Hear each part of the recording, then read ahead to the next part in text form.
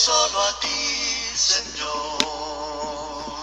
Mirarte solo a ti, Señor. Mirarte solo a ti, Señor.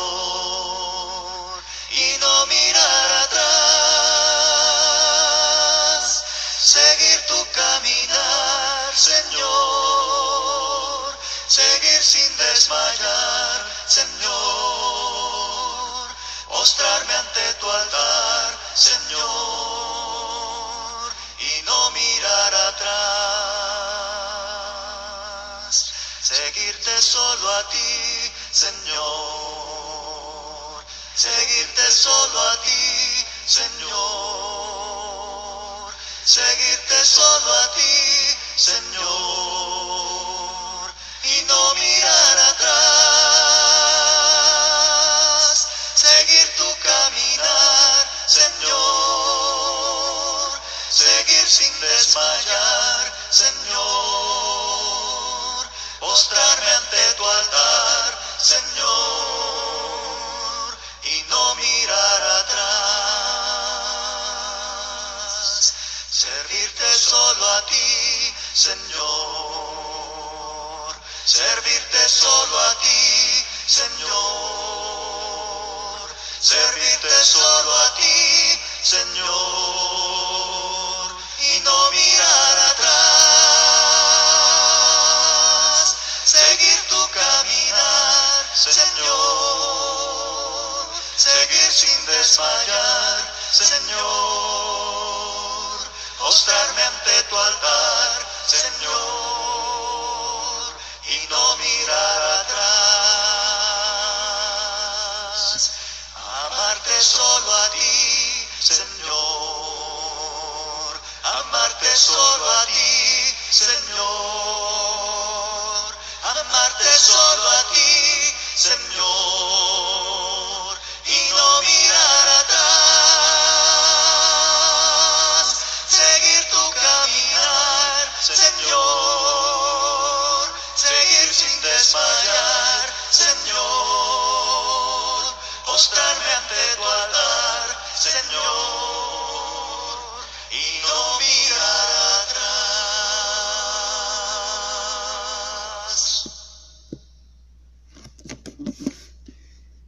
Hola, bendiciones. Por la gracia de Dios, nuevamente en este día para compartir el mensaje.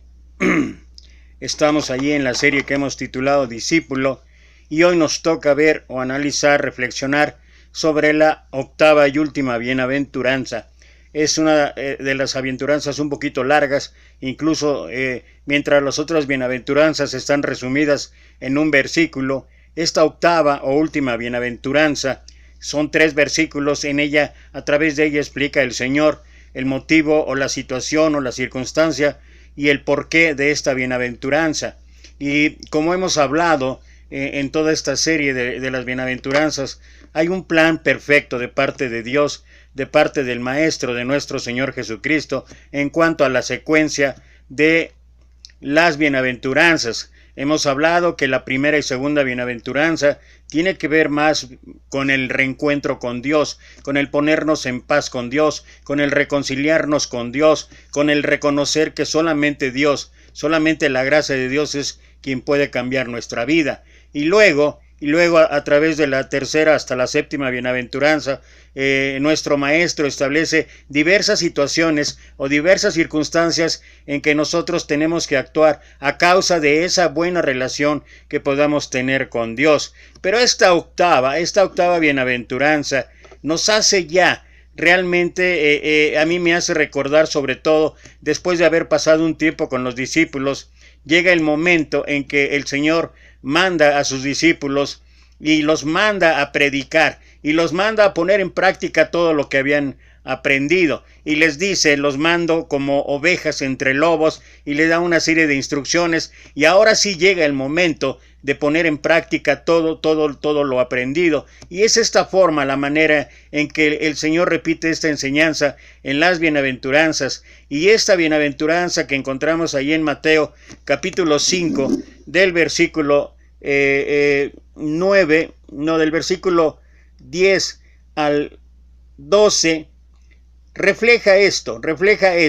¿Cómo es que realmente damos testimonio? ¿Cómo es que realmente se ve que nuestro cambio, nuestra actitud, nuestro carácter, nuestros pensamientos, nuestras acciones cambian cuando ya estamos dentro del campo de batalla? El campo de batalla me refiero ante todas las situaciones que ocurren en este mundo. Y voy a permitirme leer solamente en la versión Reina Valera, y después lo voy a volver a leer en la traducción Lenguaje Actual. Dice el Señor: bienaventurados los que padecen persecución por causa de la justicia, porque de ellos es el reino de los cielos.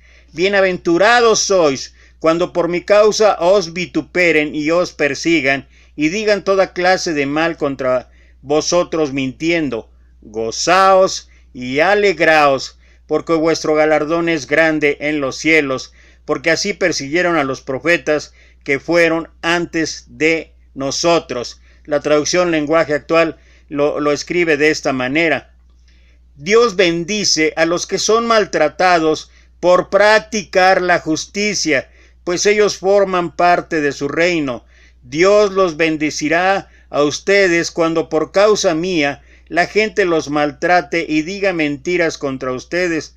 Alégrense, pónganse contentos, porque van a recibir un gran premio en el cielo. Así me maltrataron también a los profetas que vinieron antes de ustedes. En una u otra forma, en cualquiera de las dos versiones, habla el Señor, habla nuestro Maestro acerca de enfrentar persecución, de enfrentar vituperios, de enfrentar sufrimientos. Y habla que dentro de este clima de persecución, dentro de este clima de situaciones diversas, situaciones que nos pueden sumir en profundas tristezas, que nos pueden sumir en tremendas dudas, que nos pueden sumir en depresiones, que nos pueden sumir incluso en desconfianza de creer que Dios está en el control, pero que finalmente, como lo dice el Señor, gozaos y alegraos. Y el Señor explica de una u otra manera el por qué debe existir en nuestra vida esto. Y creo que a través de la Escritura, nosotros encontramos grandes ejemplos de hombres y mujeres que verdaderamente sufrieron persecución en diversas formas, incluso persecución hasta la muerte, persecución que tuvo que ver con su integridad física, persecución que tuvo que ver con su familia, que tuvo que ver con expulsarlos incluso de su propia ciudadanía e incluso literalmente apartarlos tal como si fueran leprosos. Pero de una u otra manera, esos grandes ejemplos en la Escritura nos reflejan que finalmente ellos alcanzaron un galardón. Y podemos hablar muchísimos pasajes, muchísimos textos en cuanto a lo que significa esta persecución y cómo se da esta persecución. A mí en lo particular me encanta sobre todo cuando veo yo ahí en el capítulo 11 de Hebreos, el capítulo que muchos hablan o dicen como la galería de la fe. Me encanta a partir del versículo 32 o 33, que es cuando después de que termina de enumerar que por la fe habla de Moisés, habla de Abraham, habla de muchísimos personajes históricos que todos conocemos y que fueron grandes hombres y grandes mujeres en la fe. Pero particularmente ese último tramo que habla, y son casi 6 o 7 versículos, se refiere a personas comunes como tú y yo, que a lo mejor no hicieron grandes cosas, pero su reacción, su actitud y sobre todo su perseverancia y fidelidad a hacer lo que Dios mandaba y ordenaba, a permanecer listos, firmes para seguir en el camino del Señor, es lo que realmente puede significar un testimonio excelso para nuestras vidas, para ver que nosotros podemos llegar a realizar lo mismo. Me voy a permitir primero compartir esta reflexión que tiene que ver con un análisis, no precisamente superficial, pero sí un análisis somero acerca de estos 3 versículos, de esta bienaventuranza. Y es importante porque nos va a mostrar de una u otra manera qué es lo que estaba queriendo decir nuestro Maestro. Todos los seres humanos hemos sido perseguidos por alguna razón en algún momento de la vida. Sin embargo, esto no significa, escuchemos esto. Esto no significa que todas las persecuciones sean por causa de practicar la justicia. ¿Por qué? Número 1, practicar la justicia consiste en obrar conforme a la palabra de Dios en todos los asuntos de la vida diaria, con el único propósito de mostrar a Dios como el hacedor de todo lo justo y el dueño de nuestra vida. El que practica la justicia bíblica no se atribuye a sí mismo lo bueno que hace, sino que retoma las palabras que escribió el apóstol Pablo ahí en su primera carta a los Corintios, capítulo 15, versículo 10. Pero por la gracia de Dios soy lo que soy, y su gracia no ha sido en vano para conmigo. Antes he trabajado más que todos ellos, pero no yo, sino la gracia de Dios conmigo. Algunos practican una justicia externa. Conocemos personas que moralmente son correctas, son fieles a su cónyuge, son correctos en su trabajo y negocios, obedientes a los padres, no se meten en problemas con otros y hasta se esfuerzan por ayudar a otros. Muchos de estos llegan incluso a sentirse mártires porque realizan algunas acciones que consideran los pone en un nivel importante a los ojos de Dios. En su corazón dicen, y aquí es el punto, en su corazón dicen como el fariseo. ¿Te acuerdas cuando aquellos dos hombres, uno fariseo y otro publicano, subieron al templo a orar?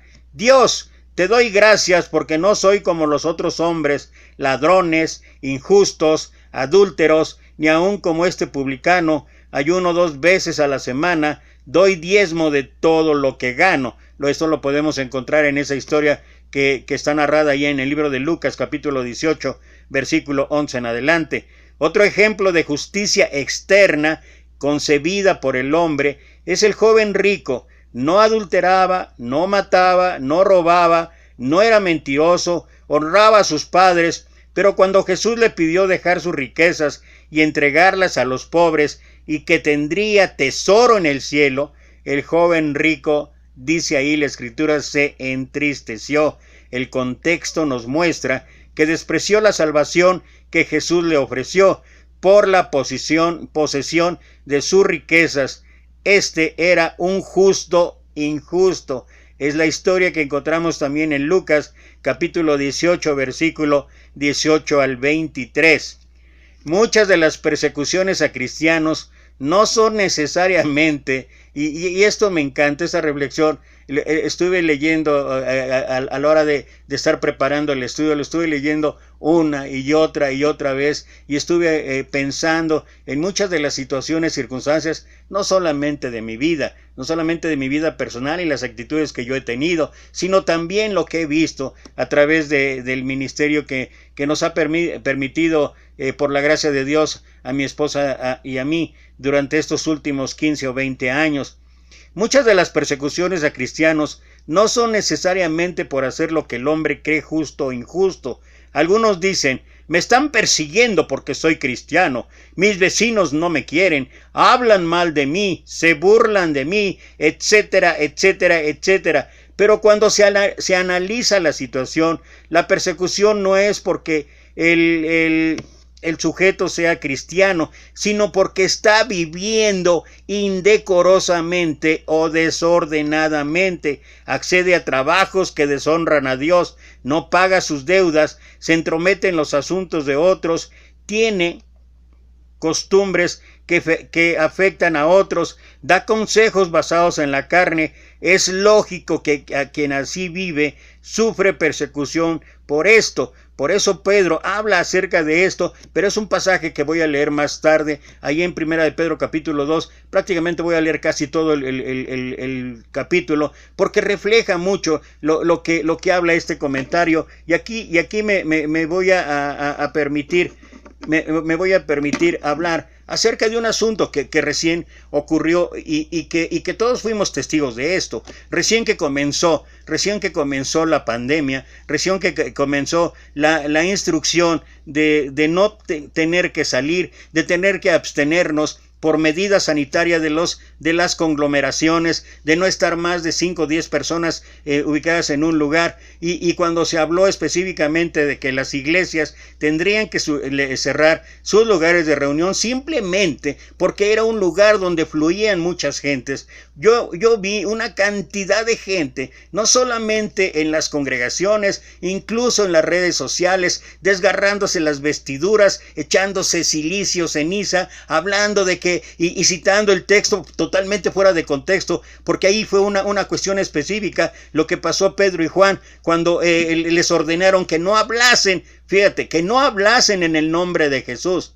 Y ellos dijeron, es necesario obedecer más a los hombres que a Dios. Y esa era la frase favorita de todos aquellos que se molestaron, que dijeron, no lo vamos a permitir, porque nosotros somos cristianos, nosotros tenemos que hacer la voluntad de Dios y nosotros no vamos a dejar de reunirnos. Y yo me acuerdo que si bien es cierto que algunas iglesias siguieron el protocolo de atender las indicaciones sanitarias, de atender las indicaciones del gobierno, simplemente sin entrar en profundidad acerca de este asunto, lo que habla el libro de Romanos capítulo 13, pero que también habla el apóstol Pedro en el capítulo que voy a leer posteriormente.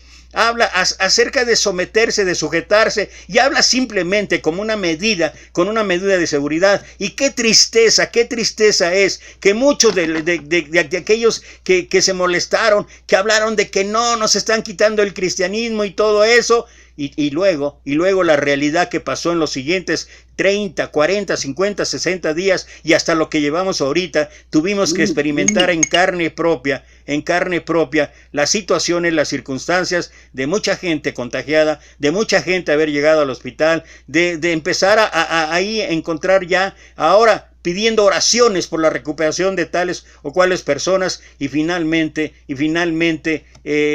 tristemente, tener que padecer la muerte de mucha gente y mucha gente ya después conocida. Y solamente hasta ese momento nos dimos cuenta de que realmente debíamos haber atendido las indicaciones. Pero esa es esa es religiosidad, esa es la persecución mal entendida, porque no tenía nada que ver eso con lo que realmente teníamos que seguir. Dice ahí en el libro de Proverbios, primero en el capítulo 24 y luego 27, el avisado ve el mal y se esconde, pero el simple, o sea, en la traducción al lenguaje actual dice, pero el tonto ve, sale y recibe el mal. Y luego lo repite en el capítulo 27, dice, el avisado ve el mal y se esconde, pero el tonto o el necio ve el mal y daña a otros. Primero recibe el daño y luego daña a otros. Y eso es exactamente lo que ocurrió. Y eso es exactamente lo que pasó. Y qué tristeza, qué desesperación es que simplemente malentendamos o que argumentemos circunstancias, situaciones y que queremos hablar de sana doctrina cuando la realidad era tan simple. Jamás nos prohibieron a hablar de Dios, jamás nos prohibieron seguir hablando de Dios, seguir predicando las buenas nuevas, seguir hablando en el nombre de Jesús, jamás lo hicieron. Pero nosotros, sobre todo aquellos que mantenemos una religiosidad externa, que mantenemos un cristianismo externo, un cristianismo aparente, tuvimos que pagar o tuvimos que entender las consecuencias de no tomar las medidas adecuadas. Y eso es lo que el comentario, es el comentario que habla, que compartí, y eso es lo que habla el apóstol Pedro ahí en el capítulo 2 en su primera carta. Entonces es necesario entender perfectamente. Si vamos a estar viendo algunos ejemplos acerca de hombres y particularmente voy a compartir con ustedes algo que me encanta dentro de todos los personajes en la escritura, tanto en el Antiguo como en el Nuevo Testamento. Me encanta, lo he predicado algunas veces y de verdad me fascina ese ejemplo, el ejemplo de Juan el Bautista, pero me gustaría compartirlo a través de una historia que narra uno de mis autores que ya mencioné, Max Lucado, y me gusta porque lo enfoca de una manera natural, lo enfoca de una manera común, una manera entendible, pero lo vamos a ver. Esto es algo de los que realmente sí sufren persecución, y vamos también a estar viendo el ejemplo del apóstol Pablo, de cómo él sí, eso sí se llama persecución, no persecución como los que muchos argumentaron, que nos estaban poniendo en la disyuntiva, obedecer a los hombres o obedecer a Dios. Por favor, hermanos, no se desgarren las vestiduras, entiendan perfectamente que simplemente fue una medida, y a partir de ese momento hasta ahora, después de que llevamos ya en esa pandemia más de 50 días, qué triste es confrontar la verdad con situaciones reales y situaciones que nos han entristecido de una u otra manera a muchos.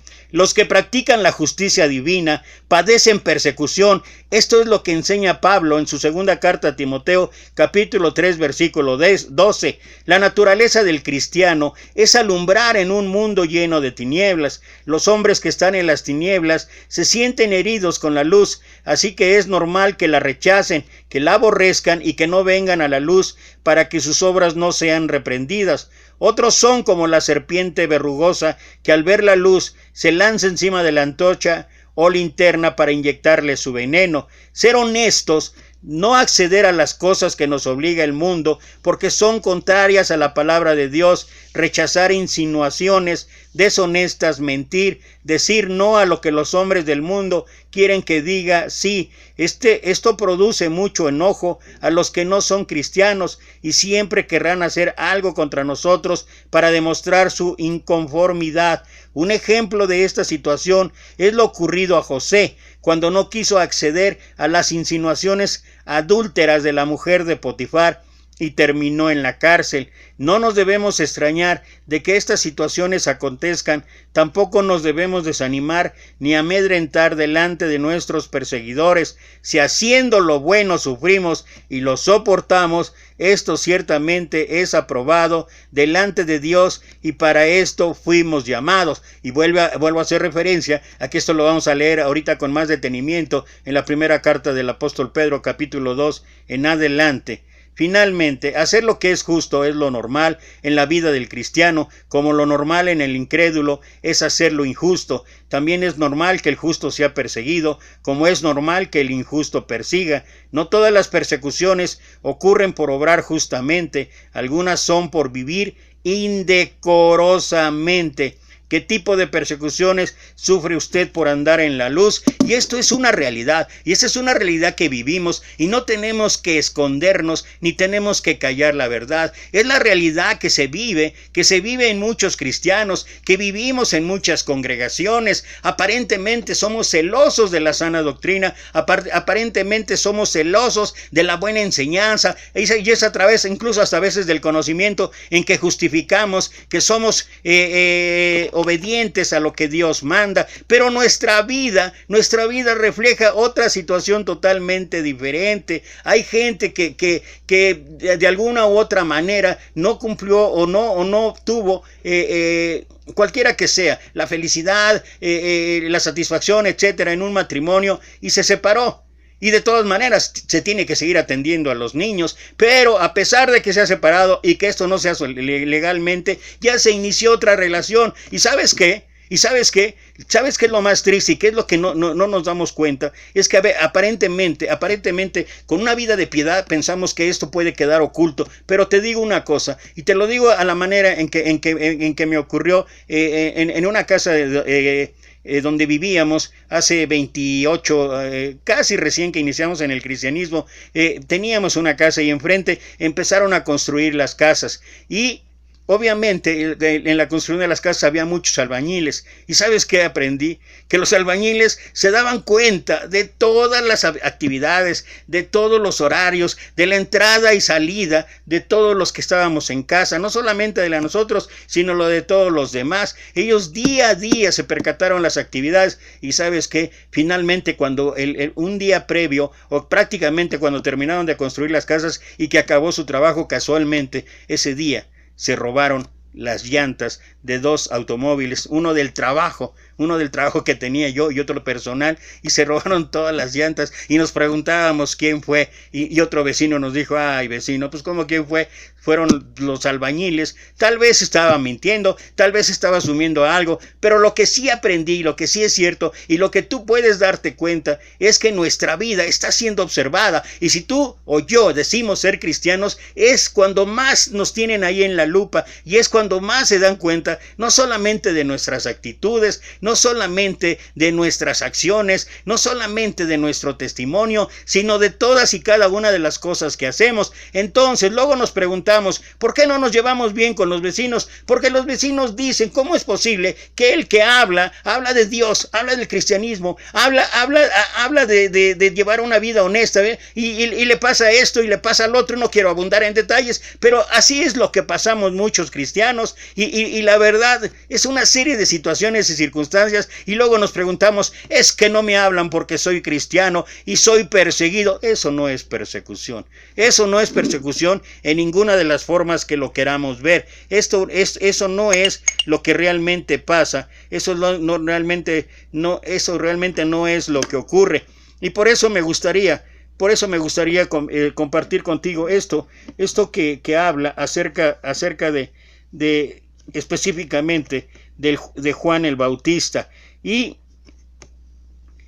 era un hijo del desierto, cara apergaminada, piel bronceada, vestimenta hecha de pieles de animales. Lo que poseía cabía en un bolsillo, sus paredes eran las montañas y su techo las estrellas, pero ya no. Su frontera fue encerrada por paredes, su horizonte está oculto, las estrellas son recuerdos, el aire fresco casi ha sido olvidado, y el hedor del calabozo recuerda implacablemente al hijo del desierto, que ahora es un cautivo del rey. Al parecer de cualquiera, Juan el Bautista se merece un trato mejor que este. Al fin y al cabo, ¿no es acaso el mensajero que va delante de Cristo? ¿Acaso no es pariente del mismo Mesías? En última instancia, ¿no es suya la valiente voz del arrepentimiento? Pero recientemente esa voz, en vez de abrir la puerta de la renovación, ha abierto la puerta a su propia celda de prisión. Los problemas de Juan comenzaron cuando le llamó la atención a un rey. Era un viaje a Roma. El rey Herodes sucumbió a la seducción de la esposa de su hermano Herodías, decidiendo que a Herodías le convenía más estar casada con él. Herodes se divorció de su esposa y trajo a su cuñada a vivir con él. Los columnistas de chismes estaban fascinados, pero Juan el Bautista estaba enfurecido. Saltó sobre Herodes como un escorpión del desierto y llamó al matrimonio por su nombre real, adulterio. Herodes probablemente lo habría ignorado, pero no así Herodías. Esta seductora y sensual mujer no tenía intención de que quedara expuesta su condición de trepadora social. Le dijo a Herodes que quitara a Juan del círculo de conferencias y lo echara al calabozo. Herodes dio vueltas y demoró hasta que ella susurró y lo sedujo. Entonces Herodes cedió. Pero eso no fue suficiente para su amante. Hizo que su hija se paseara delante del rey y sus generales en una fiesta. Herodes, que se dejaba engañar tan fácilmente cuando se emocionaba, prometió hacer cualquier cosa por la linda jovencita vestida con taparrabos. ¿Cualquier cosa? Lo que pidas, dijo él baboseando. Ella consultó a su madre, que esperaba en el pasillo. Luego regresó con su pedido: quiero a Juan el Bautista. ¿Quieres una cita con el profeta? No. Quiero su cabeza, respondió la bailarina, y después, ante un gesto afirmativo de su madre, agregó: sobre una bandeja de plata, si no te molesta. Herodes miró los rostros de los que lo rodeaban. Sabía que esa petición no era justa, pero también sabía que todos lo estaban mirando, y él había prometido cualquier cosa. A pesar de que personalmente no tenía nada en contra del predicador campesino, valoraba las encuestas de la opinión pública mucho más que la vida de Juan. Al fin y al cabo, ¿qué importa más? ¿Evitar hacer el ridículo o evitar la muerte de un profeta excéntrico? La historia destila injusticia Juan muere porque Herodes codicia. El bueno es asesinado mientras los malos se ríen. Un hombre de Dios es asesinado mientras un hombre apasionado, adúltero, le hace guiños a su sobrina. Es así como Dios recompensa a sus ungidos, es así como honra a sus fieles, es así como Dios corona a sus elegidos con oscuro calabozo y reluciente espada. La incoherencia fue más de lo que Juan podía soportar. Aún antes de que Herodes alcanzara su veredicto, Juan formulaba sus preguntas. Sus preocupaciones solo superaban en número por la cantidad de veces que recorría su celda haciendo dichas preguntas. Cuando tuvo ocasión de enviarle un mensaje a Jesús, su inquisición expresaba desesperanza. Al enterarse Juan en la cárcel de lo que Cristo estaba haciendo, envió a sus discípulos a que le preguntaran: ¿eres el que habría de venir o debemos esperar a otro? Nótese lo que motivaba a la pregunta de Juan. No era solamente el calabozo ni la muerte siquiera, era el problema de las expectativas no satisfechas, el hecho de que Juan estuviera en dificultades profundas y Jesús siguiera adelante con sus asuntos como si nada. ¿Es esto lo que hacen los Mesías cuando aparecen dificultades? ¿Es esto lo que hace Dios cuando sus seguidores están en aprietos? El silencio de Jesús bastó para formar una gotera en el dique de lo que creía Juan. ¿Eres tú el que había de venir o será que he seguido al Señor equivocado? Si la Biblia hubiese sido escrita por una agencia de relaciones públicas, deberían haber eliminado ese versículo. No es una buena estrategia de relaciones públicas reconocer que uno de los miembros del gabinete tiene dudas acerca del presidente. Uno no permite que se sepan historias como esas si se intenta presentar un frente unido, pero las escrituras no fueron escritas por agentes personales, fueron inspiradas por un Dios eterno que sabía que cada discípulo de ahí en adelante pasaría tiempo en el calabozo de la duda.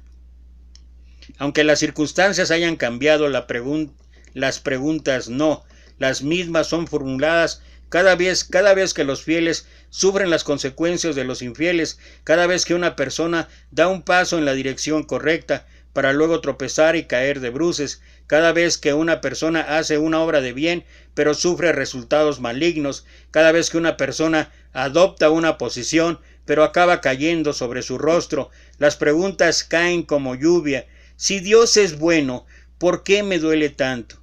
Si Dios verdaderamente está ahí, ¿por qué estoy aquí? ¿Qué hice para merecer esto? ¿Será que esta vez Dios se equivocó? ¿Por qué son perseguidos los justos? En su libro de Solución con Dios, Yancey menciona una carta que articula el problema de las expectativas no satisfechas en toda su dolorosa realidad. Woodson perdió 2 hijos por causa de fibrosis quística y la muerte de su hija a la edad de 23 años resultó particularmente traumática. Las palabras que expresan su dolor y sus dudas en su lucha por aceptar lo sucedido. Estaba sentado junto a la cama unos días antes de su muerte, cuando de repente empezó a gritar. Nunca olvidaré esos gritos agudos, penetrantes y animales contra este trasfondo de seres humanos que se desmoronan. Fue que Dios podría haber ayudado. Contempló a una mujer joven devota a él, bastante dispuesta a morir por él para darle la gloria, y decidió quedarse inmóvil y permitir que su muerte se ubicara en los primeros puestos en las cartillas de horror de muertes por fibrosis quística. ¿Será que a veces Dios permanece inmóvil? ¿Será que Dios alguna vez decide hacer nada? ¿Será que Dios opta por el silencio cuando estoy gritando con toda la fuerza posible? Hace algún tiempo llevé a mi familia a una venta de bicicletas para comprarle una a mi hija que tenía 5 años. Había elegido una reluciente con asiento tipo banana y medallitas de aprendizaje, y mi hija de 3 años decidió que quería una también. Le expliqué a mi hija que no tenía edad suficiente. Le dije que todavía tenía dificultades con el pedaleo y que era demasiado pequeña para una bicicleta. No hizo caso, igual quería una. Le expliqué que cuando fuese un poco mayor también recibiría una. Sencillamente se quedó mirando. Intenté decirle que una gran bicicleta le causaría mayor dolor que placer, más raspones que emociones. Giró la cabeza sin decir palabras. Finalmente suspiró y esta vez le dije que su padre sabía lo que más le convenía. Su respuesta la gritó con fuerza suficiente para que escucharan todos los que estaban en el negocio. Entonces, quiero un papá nuevo. A pesar de que las palabras provenían de la boca de una niña, comunicaban los sufrimientos de un adulto. La desilusión exige un cambio de mando. Cuando no estamos de acuerdo con el que dicta las órdenes, nuestra reacción suele ser igual que la de mi hija, igual que la de Juan el Bautista. ¿Seré el indicado para la tarea? O como lo dijo Juan, ¿eres tú el que habría de venir o debemos esperar a otro? Mi hija, con sus poderes de razonamiento de una niña de 3 años, no podía creer que una bicicleta nueva fuera menos que ideal para ella. Desde su punto de vista sería la fuente de bienestar eterno, y desde su punto de vista el que tenía el poder de conceder ese bienestar estaba permaneciendo inmóvil.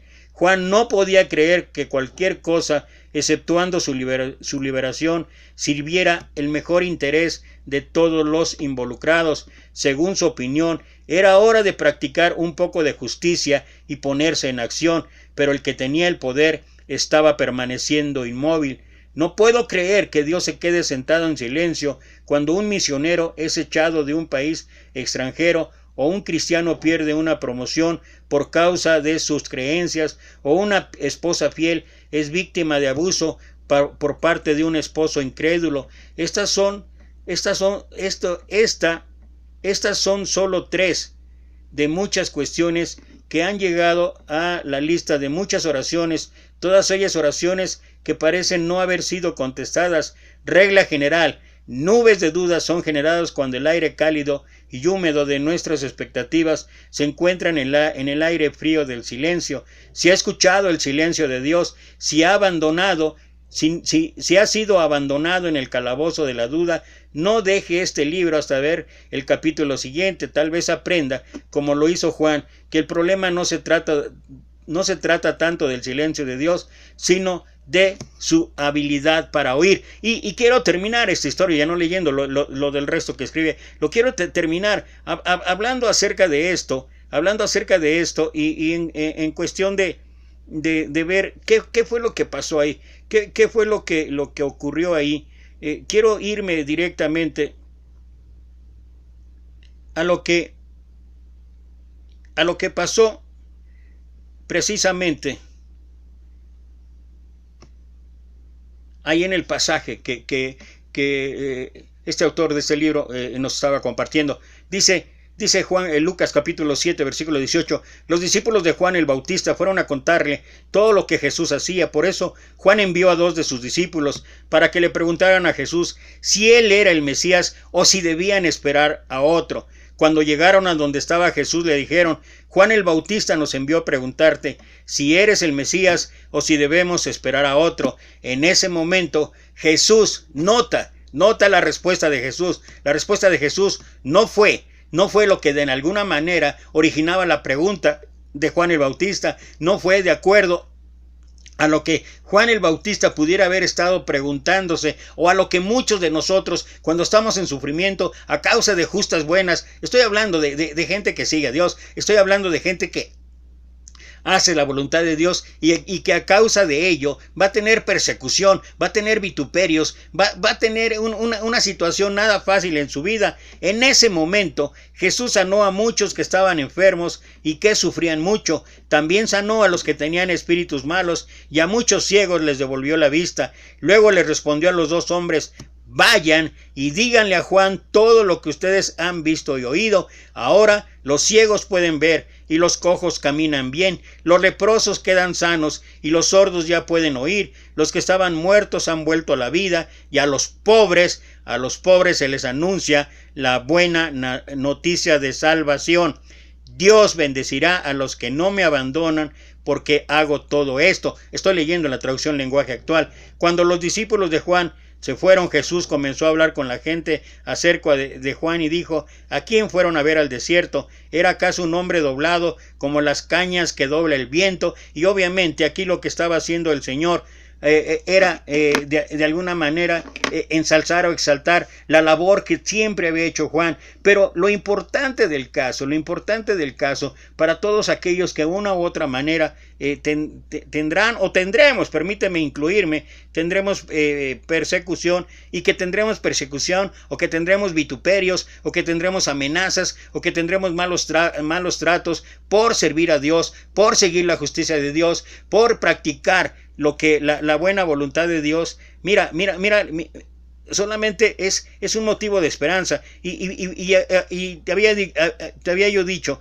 que si hay algo que a mí me anima, yo reconozco la labor extraordinaria de grandes hombres de la fe, de grandes testimonios en la Escritura, pero a veces me siento como que muy pequeño para poder alcanzar esos lugares. Pero me anima cuando gente común, gente normal como tú y yo, pasa esto. Hablé acerca de Hebreos capítulo 11, lo que pasaron, dice versículo 35 del capítulo 11, las mujeres recibieron sus muertos mediante resurrección, mas otros fueron atormentados, no aceptando el rescate, a fin de obtener mejor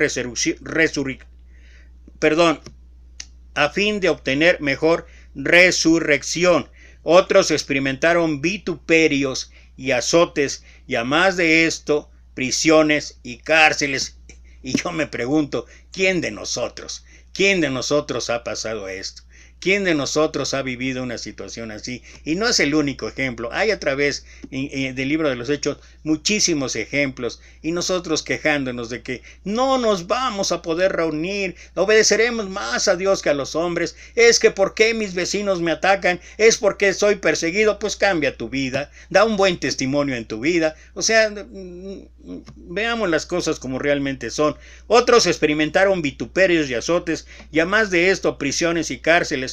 Fueron apedreados, aserrados, puestos a prueba, muertos a filos de espada, anduvieron de acá para allá, cubiertos de pieles de ovejas y de cabras, pobres, angustiados, maltratados, de los cuales el mundo no era digno, errando por los desiertos, por los montes, por las cuevas y por las cavernas de la tierra. Y nota esto: y todos estos, aunque alcanzaron buen testimonio mediante la fe, no recibieron lo prometido, proveyendo Dios alguna cosa mejor para nosotros, para que no fuesen ellos perfeccionados antes de nosotros. Yo creo que cuando, no lo dice la Escritura, pero yo creo que cuando Juan recibió la noticia de lo que seguía haciendo Jesús, Juan pudo abrir los ojos del Espíritu, Juan pudo abrir los ojos del entendimiento y decir, tal vez como más tarde dijo el apóstol Pedro, somos peregrinos en este punto. Lo más importante después de una vida de fidelidad a Dios está ya en la eternidad. Es difícil comprender este concepto, pero es viable de poder vivirlo. Y yo sé que de una u otra manera Dios está en el control, y Dios está permitiendo que haya una madurez en cada uno de nosotros, si tenemos la disposición, si tenemos el deseo, si tenemos el sacrificio para seguir adelante a pesar de las situaciones, a pesar de las circunstancias, a pesar de todo lo que estamos pasando, a pesar de todo lo que estamos viviendo. Y en esta última bienaventuranza, en estos 3 versículos, el maestro nos quiere enseñar que la vida es dura, que la vida es difícil. Si alguno quiere venir en pos de mí, niéguese a sí mismo, tome su cruz cada día y sígame. Esa es la vida. Esa es la vida que te va a conducir contra la corriente del mundo, y esa es la vida que te va a conducir a llevar vituperios, a llevar persecución, a llevar una serie de situaciones y circunstancias que te van a hacer más difícil cada día el seguir hasta el final fiel. Pero Dios es justo y Dios es fiel. Y que prácticamente quiero estar terminando ya con esto que les dije que iba yo a compartir. Lo primero está aquí en lo que escribió precisamente el apóstol Pedro. Lo mencioné ahí en el capítulo 2, versículo 11 en adelante. Amados, yo os ruego como a extranjeros y peregrinos, eso es lo que somos. Somos extranjeros, somos peregrinos si es que llevamos una vida de fidelidad a Dios. De otra manera de otra manera es ritualismo, es religión. Eso es lo que hemos vuelto el cristianismo. Que os abstengáis de los deseos carnales que batallan contra el alma, manteniendo buena vuestra manera de vivir entre los gentiles, para que en lo que murmuran de vosotros como de malhechores, glorifiquen a Dios en el día de la visitación, al considerar vuestras buenas obras. Por causa del Señor, someteos a toda institución humana, ya sea al rey como a superior, ya a los gobernadores como por él enviados para castigo de los malhechores y alabanza de los que hacen bien, porque esta es la voluntad de Dios. Ojo, esta es la voluntad de Dios, que haciendo bien hagáis callar la ignorancia de los hombres insensatos, como libres, pero no como los que tienen la libertad como pretexto para hacer lo malo, sino como siervos de Dios. Honrad a todos, amad a los hermanos, temed a Dios, honrad al rey. Criados, estad sujetos con todo respeto a vuestros amos, no solamente a los buenos y afables, sino también a los difíciles de soportar, porque esto merece aprobación. Si alguno, a causa de la conciencia delante de Dios, sufre molestias, padeciendo injustamente, pues, nota esto, pues qué gloria es, si pecando sois abofeteados y lo soportáis. ¿Y cuántos casos, cuántas situaciones, cuántas circunstancias podemos ver al respecto?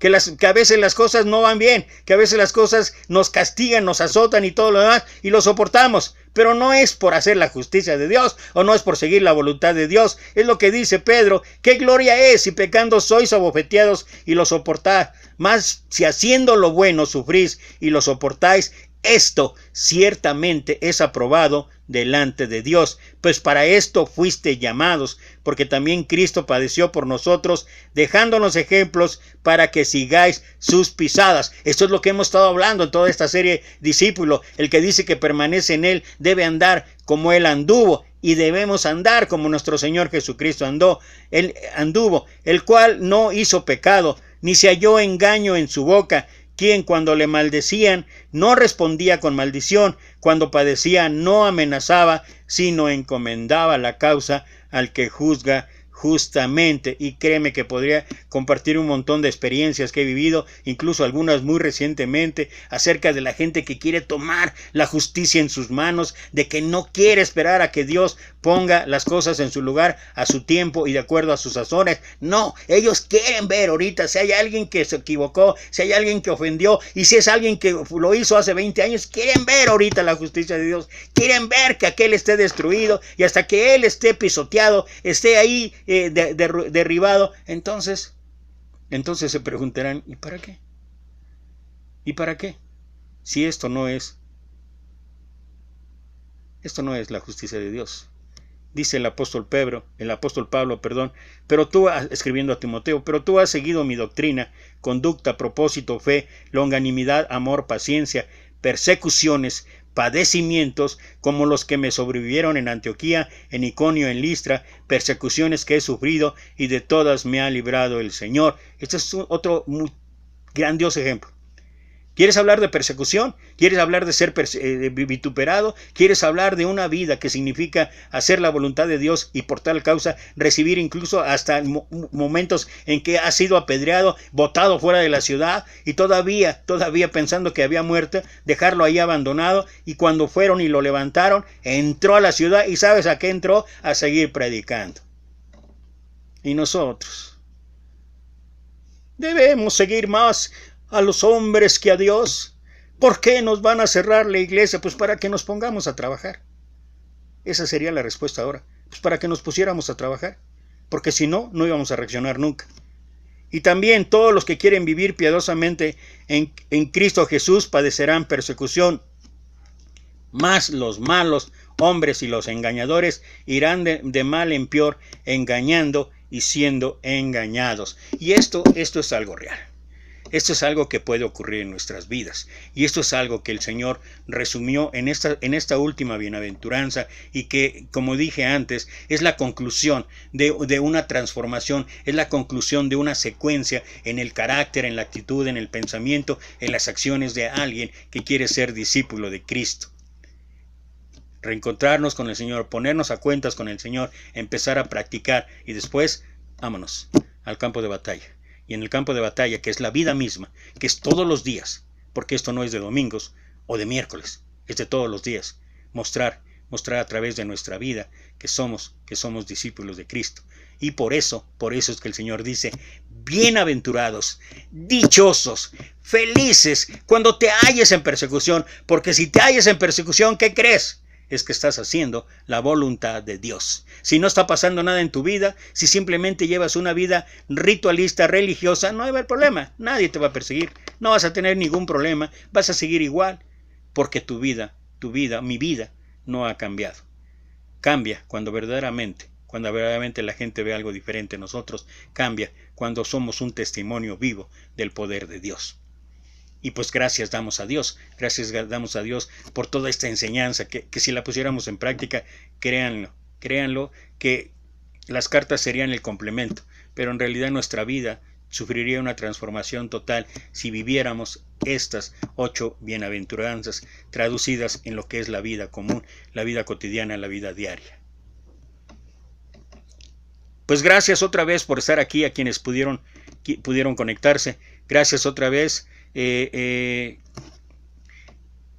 Trataremos de tocar algunos puntos en el Sermón del Monte a partir de mañana. No sé si lo vaya a hacer todo completamente, pero es parte de la enseñanza del Maestro para alguien para todo aquel que aspire a ser realmente un discípulo de Cristo. Mientras tanto, te agradezco la atención. De todas maneras, voy a seguir compartiendo este mensaje y sé que me extendí, pero eran 3 versículos y podría seguir hablando. De verdad que hay tantas cosas que podemos hablar y tantas cosas que podemos decir y tantas cosas que enfrentar en nuestra realidad. Sobre todo eso. Dice ahí en Efesios 4:25, desechando la mentira, hablad verdad con su prójimo, porque somos miembros los unos de los otros, y a veces qué trabajo nos cuesta hablar la verdad. Y no estoy hablando de chismes, no estoy hablando de murmuraciones, estoy hablando de hechos reales, de saber que algo tenemos que cambiar. En la iglesia del Señor algo tenemos que cambiar, porque de verdad no estamos haciendo nada. Y discúlpenme aquellos que se puedan sentir ofendidos. Yo sé que mucha gente, lo he comentado y lo he visto a partir de esta pandemia. He visto una gran cantidad de hermanos, y gloria a Dios por ello, hermanos y hermanas que comparten alabanzas, que comparten versículos, que dentro de lo que es su aprendizaje, lo que es su capacidad, lo que es su habilidad, y gloria a Dios por ellos, porque no es nuestra competencia, es la competencia de Dios. Están compartiendo y nunca antes se había hecho, y gloria a Dios que dentro de todo este tiempo de estar aislados, de estar de alguna manera guardados por esto de la pandemia, pues nos ha dado la oportunidad de interesarnos en otras formas, en otras maneras de estar llevando finalmente el mensaje de salvación, y gloria a Dios por ello. Yo alabo y reconozco a Dios por tantos instrumentos que diariamente se esfuerzan. Recién vi en la mañana, me llegó un mensaje de un hermano que su frase es ¿qué creen? Y me encanta, pero es un hermano que en algún momento lo he escuchado y que decía, me he propuesto grabar un mensaje diario, y esto lo hizo antes de la pandemia, y lleva no sé cuánto tiempo haciéndolo, y lo hace para la gloria de Dios. Y qué bueno por todos aquellos que de alguna manera estamos tratando de imitar, que podamos llevar o compartir mensajes de edificación, mensajes que finalmente son para la honra y la gloria de Dios.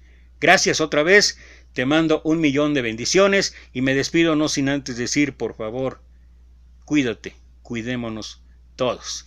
Que Dios te bendiga.